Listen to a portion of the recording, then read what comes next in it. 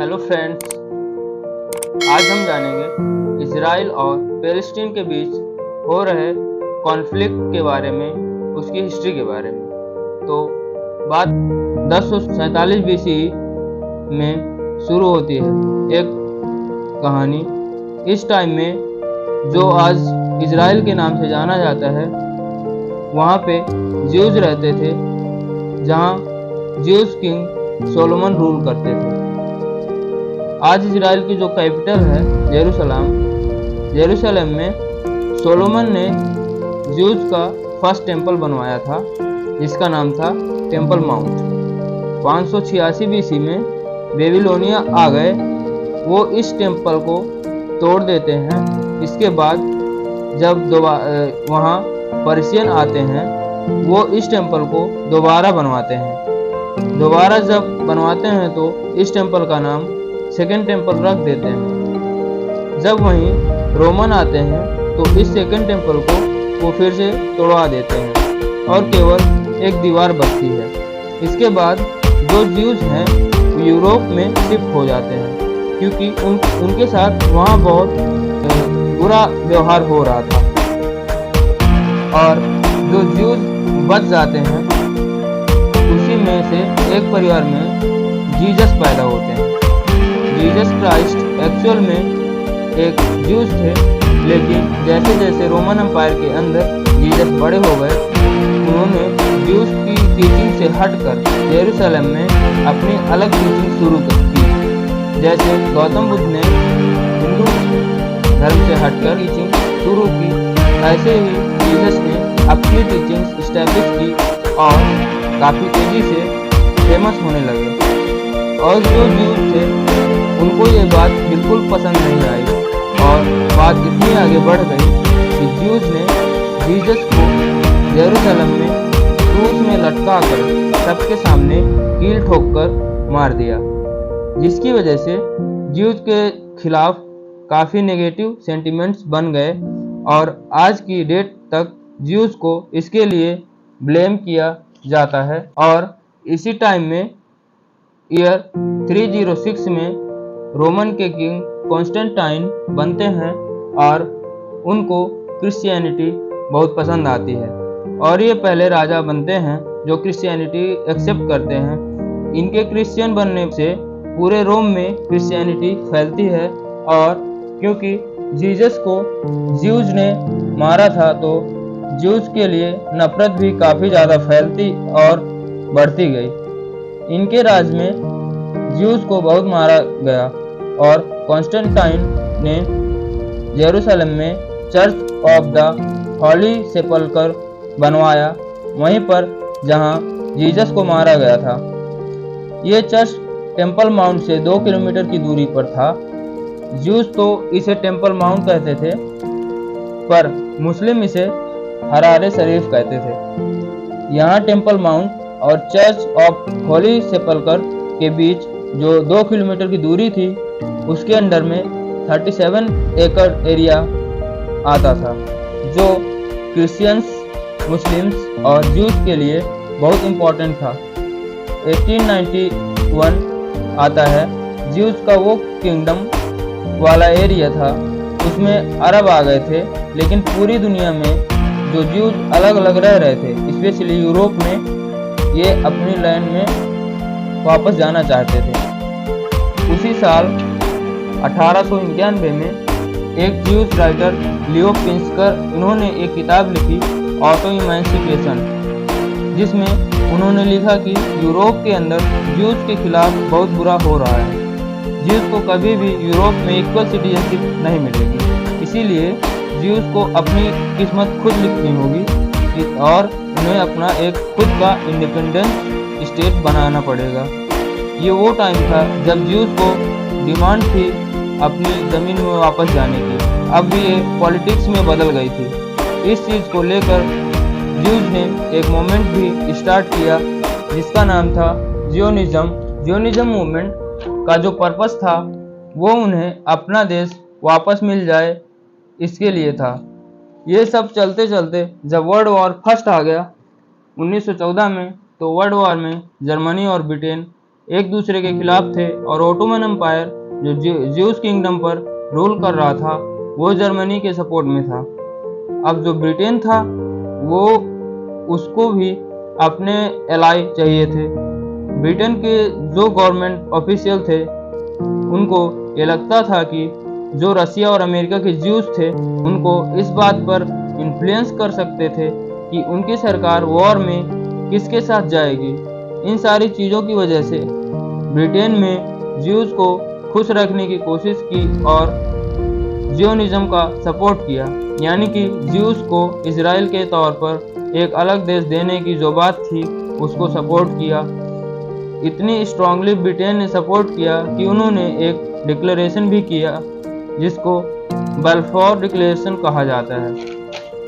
और इस डिक्लेरेशन में ये कहा जाता है कि the Majesty's government views with favour the establishment in Palestine of a national home for some Jewish people।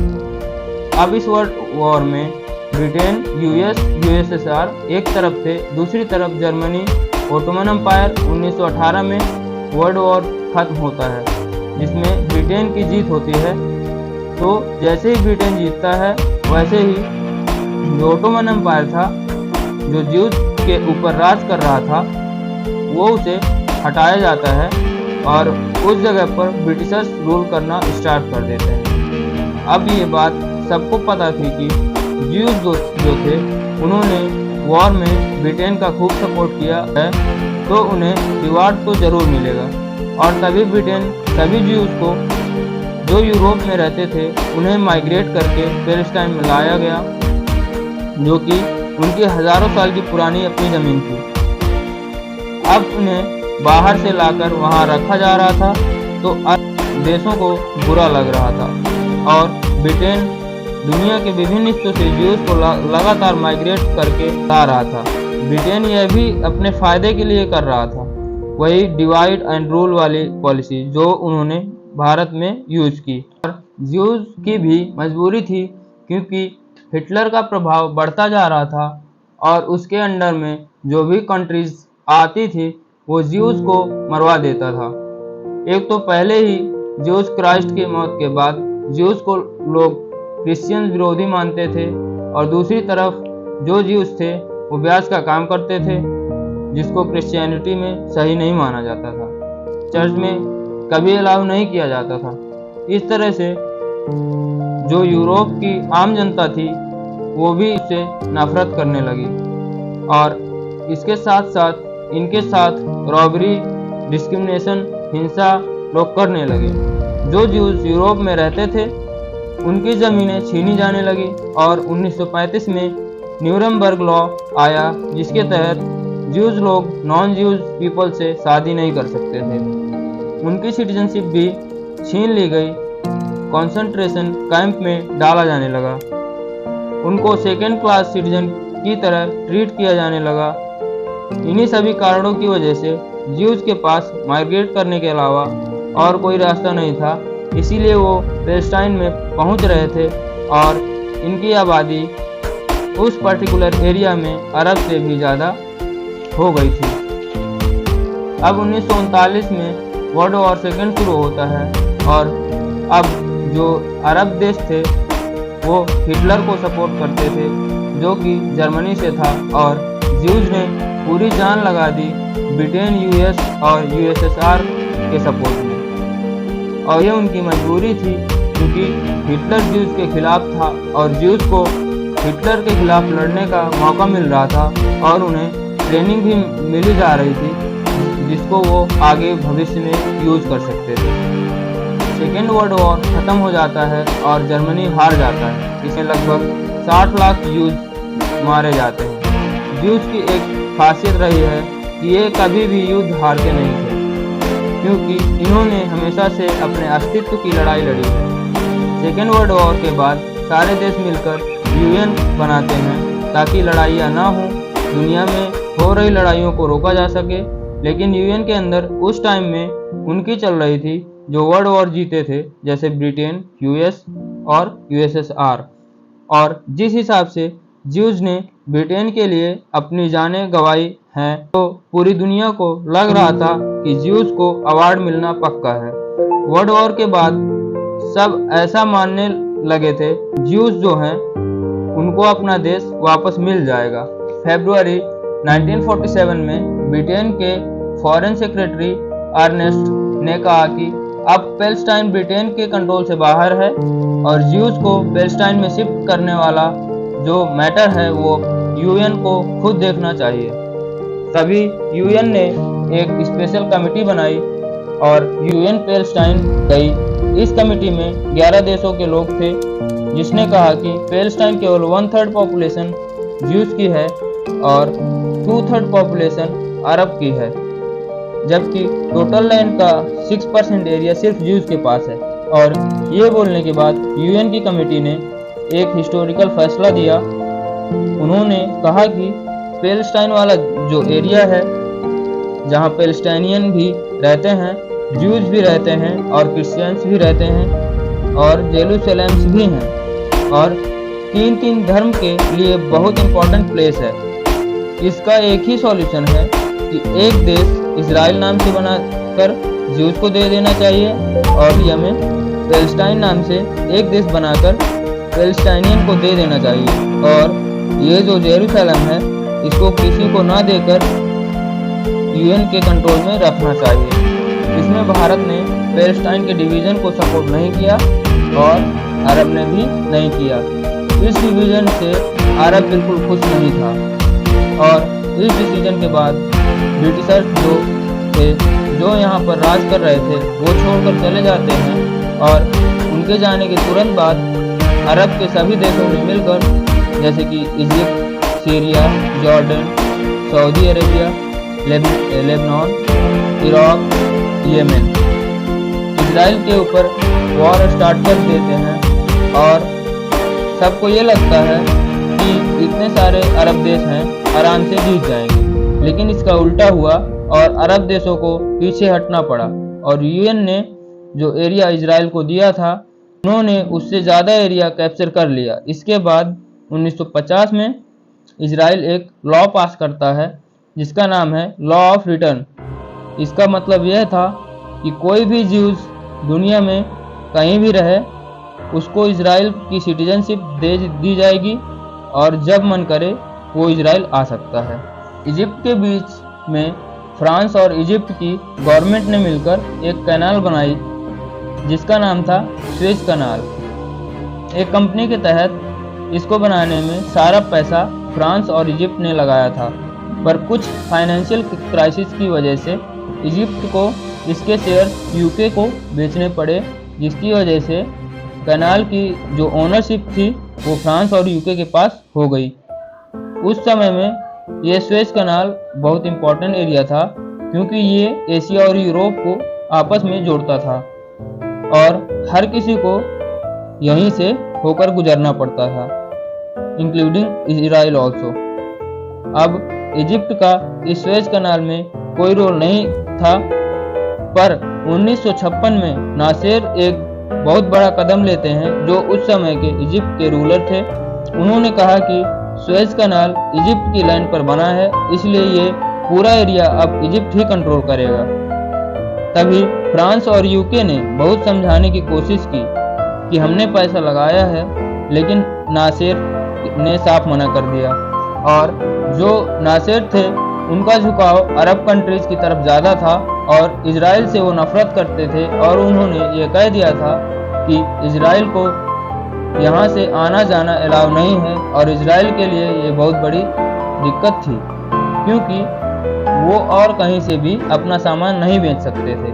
तभी इजराइल ने फ्रांस और यूके के साथ मिलकर इजिप्ट पर हमला कर दिया और अपने बगल का पूरा एरिया जो इजिप्ट का था उसको कैप्चर कर लिया। इसके बाद 1957 में इस मामले को सुलझाने के लिए यूएन बीच में आता है और इजराइल को पीछे हटाता है। इजराइल इजिप्ट का वह हिस्सा वापस तो दे देता है, लेकिन एक रिटन एग्रीमेंट करवाता है कि आज से इजराइल को स्वेज कैनाल रूट से आने जाने के लिए रोका नहीं जाएगा।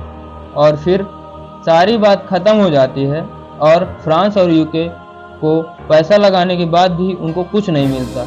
इसके कुछ साल बाद 1964 में अरब कंट्रीज ने इजिप्ट के साथ मिलकर एक ऑर्गेनाइजेशन बनाई जिसका नाम था PLO, पैलेस्टाइन लिबरेशन ऑर्गेनाइजेशन।